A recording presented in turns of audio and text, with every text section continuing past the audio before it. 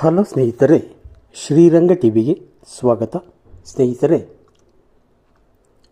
ಈ ದಿನ ವಿಶ್ವಕ್ಕೆ ಮಾದರಿ ಶ್ರೀ ಕ್ಷೇತ್ರ ಧರ್ಮಸ್ಥಳದ ಉಚಿತ ಸಾಮೂಹಿಕ ವಿವಾಹ ಇದರ ಬಗ್ಗೆ ಸಂಕ್ಷಿಪ್ತ ಮಾಹಿತಿ. 54ನೇ ವರ್ಷದ ಉಚಿತ ಸಾಮೂಹಿಕ ವಿವಾಹ ಶ್ರೀ ಕ್ಷೇತ್ರ ಧರ್ಮಸ್ಥಳ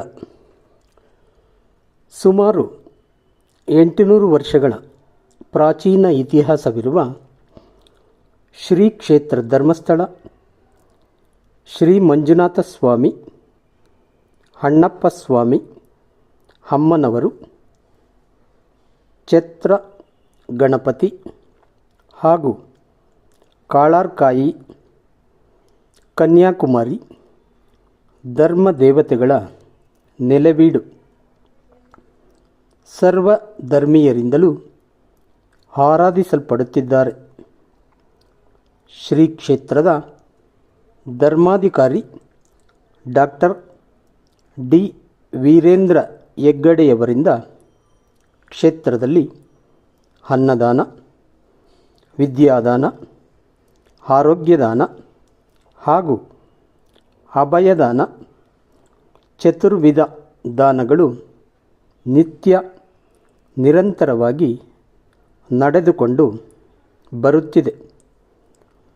ಕೋಟ್ಯಾಂತರ ಭಕ್ತರ ಭಕ್ತಿ, ಶ್ರದ್ಧೆ, ನಂಬಿಕೆಯ ನೆಲೆಯಾಗಿ ಪ್ರಧಾನ ಆರಾಧನಾ ಕೇಂದ್ರವಾಗಿ ಕ್ಷೇತ್ರ ಬೆಳೆದು ಬಂದಿದೆ. ಕ್ಷೇತ್ರದ ಆದಿದೈವ ಮಂಜುನಾಥ ಸ್ವಾಮಿ ಶೈವ, ಪೂಜಿಸುವ ಅರ್ಚಕರು ವೈಷ್ಣವರು ಹಾಗೂ ಆಡಳಿತ ನಿರ್ವಹಿಸುವವರು ಜೈನರು, ಅಂದರೆ ಹೆಗ್ಗಡೆಯವರು. ಹೀಗೆ ಧರ್ಮಸ್ಥಳ ಸರ್ವಧರ್ಮ ಸಮನ್ವಯ ಕ್ಷೇತ್ರವಾಗಿ ಬೆಳೆದು ಕ್ಷೇತ್ರಕ್ಕೆ ಬರುವ ಭಕ್ತಾದಿಗಳಿಗೆ ಸಕಲ ಸೌಲಭ್ಯ ವ್ಯವಸ್ಥೆಗಳನ್ನು ಕಲ್ಪಿಸುತ್ತಿದೆ. ಸಮಾಜದ ಸಮಗ್ರ ಅಭಿವೃದ್ಧಿಯನ್ನೇ ಬದುಕಿನ ಗುರಿಯಾಗಿಸಿಕೊಂಡ ಧರ್ಮಾಧಿಕಾರಿ ಡಾಕ್ಟರ್ ಡಿ ವೀರೇಂದ್ರ ಹೆಗ್ಗಡೆಯವರು ನಾಡು, ದೇಶ ಹಾಗೂ ಸಮಾಜಕ್ಕೆ ನೀಡಿದ ಕೊಡುಗೆಗಳು ಅಗಣಿತ, ಅನನ್ಯ ಹಾಗೂ ಅತ್ಯಮೂಲ್ಯವಾದುದು. ಮಾಂತ್ರಿಕ ಶಕ್ತಿಯ ಸಾಧಕರಾಗಿ ಅವರು ಇತಿಹಾಸದ ಹರಿಕಾರರಾಗಿ ವಿಶ್ವಮಾನ್ಯರೆನಿಸಿಕೊಂಡವರು. ಕ್ಷೇತ್ರದಲ್ಲಿ ಪ್ರವಾಸಿ ಯಾತ್ರಿಕರು ಸಂದರ್ಶಿಸಿ ವೀಕ್ಷಿಸಬಹುದಾದ ಅನೇಕ ಪ್ರವಾಸಿ ತಾಣಗಳಿವೆ. ಅವುಗಳಲ್ಲಿ ಪ್ರಮುಖವಾದವುಗಳೆಂದರೆ ರತ್ನಗಿರಿಯಲ್ಲಿ ಪ್ರತಿಷ್ಠಾಪಿಸಲ್ಪಟ್ಟು ವಿರಾಜಮಾನರಾಗಿರುವ ಭಗವಾನ್ ಬಾಹುಬಲಿ ಏಕಶಿಲಾ ವಿಗ್ರಹ, ಅಪರೂಪದ ಹಳೆಯ ವಸ್ತು ವೈವಿಧ್ಯಗಳ ಅಪೂರ್ವ ಸಂಗ್ರಹದ ಮಂಜೂಷಾ ಮ್ಯೂಸಿಯಂ, ಹಳೆಯ ತಾಳೆಗರಿ ಹಸ್ತಪ್ರತಿಗಳ ಸಂಗ್ರಹದ ಶ್ರೀ ಮಂಜುನಾಥ ಸಂಸ್ಕೃತಿ ಪ್ರತಿಷ್ಠಾನ, ಹಳೆಯ ರಥಗಳು, ಅನ್ನಪೂರ್ಣ ಭೋಜನಾಲಯ, ಹಳೆಯ ಕಾಲದ ಅಚ್ಚುಕಟ್ಟಾದ ಜಮಾ ಉಗ್ರಾಣ, ನೇತ್ರಾವತಿ ಸ್ನಾನಘಟ್ಟ, ಶಾಂತಿವನ, ಪ್ರಕೃತಿ ಚಿಕಿತ್ಸಾಲಯ, ಪುರಾತನ ದೇವಾಲಯಗಳಿಗೆ ಕಾಯಕಲ್ಪ ನೀಡುವ ಧರ್ಮೋತ್ಥಾನ ಟ್ರಸ್ಟ್, ಗ್ರಾಮಾಭಿವೃದ್ಧಿ ಯೋಜನೆ, ಯಾತ್ರಿಕರಿಗಾಗಿ ದೇವರ ದರ್ಶನಕ್ಕೆ ಸುಸಜ್ಜಿತ ಶ್ರೀ ಸಾನ್ನಿಧ್ಯ ಕ್ಯೂ ಕಾಂಪ್ಲೆಕ್ಸ್, ಮತ್ಸ್ಯಾಲಯ ಮತ್ತು 16 ವಿಷಯ ವೈವಿಧ್ಯಗಳು ಯಾತ್ರಿಕರನ್ನು ಆಕರ್ಷಿಸುತ್ತವೆ. ದಕ್ಷಿಣ ಕನ್ನಡ ಜಿಲ್ಲೆಯ ತಾಲೂಕು ಕೇಂದ್ರ ಬೆಳ್ತಂಗಡಿಯಿಂದ 14 ಕಿಲೋಮೀಟರ್ ದೂರದಲ್ಲಿರುವ ಧರ್ಮಸ್ಥಳಕ್ಕೆ ನಾಡಿನ ನಾನಾ ಭಾಗಗಳಿಂದ KSRTC ಬಸ್ ಸೌಲಭ್ಯವಿದ್ದು, ಪ್ರವಾಸಿ ಯಾತ್ರಿಕರಿಗೆ ವಾಸ್ತವ್ಯಕ್ಕೆ ಅತಿಥಿ ಗೃಹಗಳ ವ್ಯವಸ್ಥೆಯಿದೆ. ವಿಶಿಷ್ಟ ಪರಿಕಲ್ಪನೆ: ಶ್ರೀ ಕ್ಷೇತ್ರ ಧರ್ಮಸ್ಥಳದಲ್ಲಿ ನಡೆಯುವ ಉಚಿತ ಸಾಮೂಹಿಕ ವಿವಾಹ ವಿಶ್ವಕ್ಕೆ ಆದರ್ಶ ಹಾಗೂ ಮಾದರಿಯಾಗಿದೆ. 10 ಹಲವು ಯಶಸ್ವಿ ಯೋಜನೆಗಳ ಪರಿಕಲ್ಪನೆಯಲ್ಲಿ ಧರ್ಮಾಧಿಕಾರಿ ಡಾಕ್ಟರ್ ಡಿ. ವೀರೇಂದ್ರ ಹೆಗ್ಗಡೆಯವರ ಕರ್ತೃಶಕ್ತಿಯ ಪರಿಣಾಮವೇ ಉಚಿತ ಸಾಮೂಹಿಕ ವಿವಾಹ. 5 ದಶಕಗಳನ್ನೇ ಕ್ರಮಿಸಿ ಬಂದಿರುವ ಕ್ಷೇತ್ರದ ಸಾಮೂಹಿಕ ಮಾಂಗಲ್ಯ ಧಾರಣೆಯ ಸಂಭ್ರಮಕ್ಕೆ ಇದೀಗ 54ನೇ ವರ್ಷದ ಸುಮುಹೂರ್ತ ಸನ್ನಿಹಿತವಾಗಿದೆ.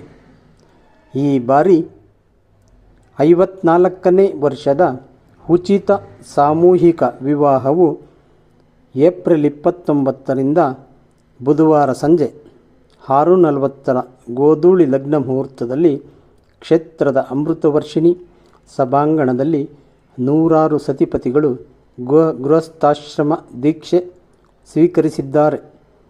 ಮನುಷ್ಯ ಜೀವನದ ಷೋಡಶೋ ಸಂಸ್ಕಾರದಲ್ಲಿ ಗೃಹಸ್ಥಾಶ್ರಮಕ್ಕೆ ಮಹತ್ವದ ಸ್ಥಾನವಿದೆ.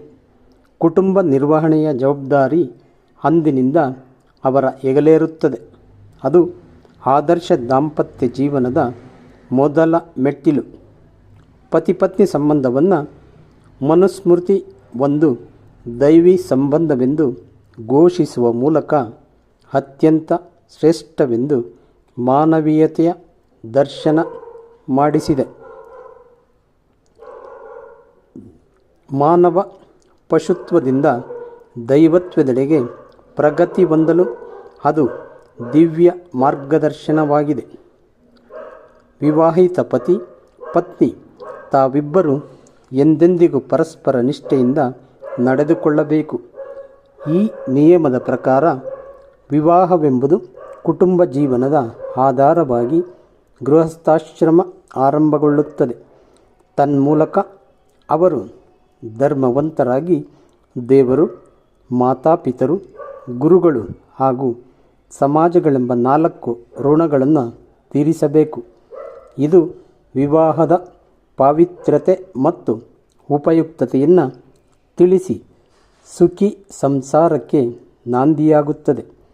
ವಿವಾಹ ಹೆಣ್ಣಿಗೆ ಸಾಮಾಜಿಕವಾಗಿ ಮುತ್ತೈದೆತನವೆಂಬ ಶ್ರೇಷ್ಠ ಸ್ಥಾನ ನೀಡುತ್ತದೆ. ಅಗ್ನಿಸಾಕ್ಷಿಯಾಗಿ ವೈದಿಕರ ಮೂಲಕ ಹೋಮ ಹವನಾದಿಗಳಿಂದ ಮಂತ್ರಘೋಷಗಳಿಂದ ಸಪ್ತಪದಿ ತುಳಿದು ಹಿರಿಯರ ಆಶೀರ್ವಾದಗಳೊಂದಿಗೆ ದಾಂಪತ್ಯ ಜೀವನಕ್ಕೆ ಕಾಲಿರಿಸುವ ಶುಭ ಸಂದರ್ಭದಿಂದ ಜೀವನ ಸಾರ್ಥಕವಾಗಲಿ ಎಂದು ಹರಸಿ ಹಾರೈಸುವ ಶುಭಗಳಿಗೆ ವೇದ ಕಾಲದಿಂದಲೂ ಆದರ್ಶ ದಾಂಪತ್ಯವನ್ನು, ಆದರ್ಶ ಕುಟುಂಬವನ್ನು ನಮ್ಮ ಪೂರ್ವಜರು ಆರಾಧಿಸಿಕೊಂಡೇ ಬಂದಿದ್ದಾರೆ. ವಿವಾಹದಲ್ಲಿ 8 ಪ್ರಕಾರಗಳನ್ನು ಗುರುತಿಸಿದ್ದಾರೆ. ಅವುಗಳೆಂದರೆ ಬ್ರಾಹ್ಮ, ದೈವ, ಆರ್ಷ, ಪ್ರಜಾಪತ್ಯ, ಅಸುರ, ಗಾಂಧರ್ವ, ರಾಕ್ಷಸ ಮತ್ತು ಪೈಶಾಚ ಎಂದು ಗುರುತಿಸಿದ್ದಾರೆ. ಮನೆ ಕಟ್ಟಿ ನೋಡು, ಮದುವೆ ಮಾಡಿ ನೋಡು ಎಂಬ ಗಾದೆ ಮಾತೊಂದಿದೆ. ಗೃಹಸ್ಥನಾದವನಿಗೆ ಅವೆರಡೂ ಅತ್ಯವಶ್ಯ. ಆದರೆ ಅವೆರಡನ್ನೂ ಪಡೆಯಲು ಸಾಕಷ್ಟು ಸ್ಥಿತಿವಂತನಿರಬೇಕು. ಆರ್ಥಿಕವಾಗಿ ಸಶಕ್ತನಲ್ಲವಾದರೆ ಸಾಲವನ್ನಾದರೂ ಮಾಡಿ ವಾಸಕ್ಕೆಂದು ಸ್ವಂತ ಮನೆ ನಿರ್ಮಿಸಿ ಮನೆಯ ನಂದಾದೀಪ ಬೆಳಗಲು ಆದರ್ಶ ಸತಿಯನ್ನು ಮನೆ ತುಂಬಿಸಿಕೊಳ್ಳಲು ಇತರರನ್ನು ಕಾಡಿ ಬೇಡಿ ಸಾಲ ಮಾಡಿ ಇಲ್ಲವೇ ಬ್ಯಾಂಕಿನಿಂದ ಸಾಲವನ್ನಾದರೂ ಪಡೆದು ತನ್ನ ಬೇಡಿಕೆ ಈಡೇರಿಸಿಕೊಳ್ಳುತ್ತಾನೆ. ನಿಗದಿತ ಸಮಯದಲ್ಲಿ ಸಾಲ ತೀರಿಸಲಾಗದೆ ಬಡ್ಡಿ ಮಿತಿ ಮೀರಿದರೆ ಸಾಲದ ಶೂಲಕ್ಕೆ ಬಲಿಯಾಗಬೇಕಾಗುತ್ತದೆ.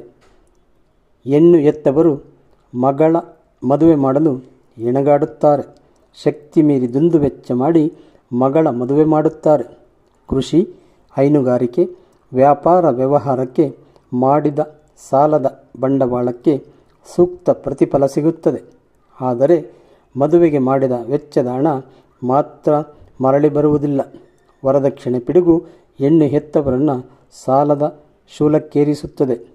ಧನ್ಯವಾದಗಳು ಸ್ನೇಹಿತರೆ. ಉಚಿತ ಸಾಮೂಹಿಕ ವಿವಾಹದ ಬಗ್ಗೆ ಮುಂದಿನ ಸಂಚಿಕೆಯಲ್ಲಿ ಮುಂದುವರಿಯುತ್ತದೆ. ಸ್ನೇಹಿತರೆ, ನಮ್ಮ ಶ್ರೀರಂಗ ಟಿ ವಿ ಚಾನಲನ್ನು ದಯವಿಟ್ಟು ಸಬ್ಸ್ಕ್ರೈಬ್ ಮಾಡಿ. ಜೈ ಹಿಂದ್, ಜೈ ಕರ್ನಾಟಕ, ಜೈ ಶ್ರೀರಾಮ್.